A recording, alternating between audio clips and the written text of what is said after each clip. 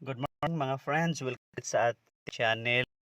Problema nito ay yung kanyang windshield wiper washer. So, start natin. Kaya kung naririnig ninyo ay okay yung function ng washer motor, kaya lang walang big.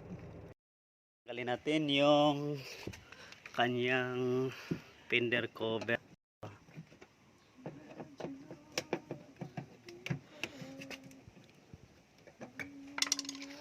Tapos itong lock niya, sikwatin lang natin.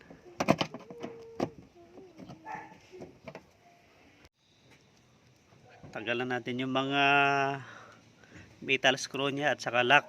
Ayan, tingnan natin, silipin natin yung reservoir wiper niya. Okay. Ngayon, itesting natin kung ano yung problema. Gumagana naman ang kanyang washer motor. Ayan, gumagana. Pinangat-ngat ng daga. Kita na natin yung trouble. Naputol pala. Kinain ng daga. Tanggalan natin at ito, iangat lang natin yan. Okay, ito yung ano niya. Angatan natin yung cover niya. Tanggalan natin yung mga lock. Plastic lock. Ito siya. Ayan yung dulo niya. Kinain ng daga. Kaya gawin natin ay gawa tayo ng paraan. Maidugtong natin ito. Okay, gumawa tayo ng paraan. Okay pa naman yung hose niya, maganda pa naman kasi bagong palit din nila ito. Kaya ang ginawa namin ay ginamit na lang namin itong hose na makapal, tapos dinugtong na lang namin kasi kung papalitan, ganun din, kagatin dito ng daga. At least ito matigas yung hose na ito, hindi kayang ngat-ngatin ng daga ito. Kaya ito yung pinalit namin. Kaya tingnan natin kung maganda yung function pag maibalik natin. Okay, nainugtong na po natin yung hose niya. At tingnan natin ngayon kung gagana siya. Wala kaming binili na parts, ni-repair lang namin. At tingnan namin kung makakatipid kami. Sige, pa-start natin. Oh, gagana yung sprinkler. Paki-on. Ayan, nakita ninyo. Ang ganda. Ayan. Sige pa. Lakas oh. Sige pa.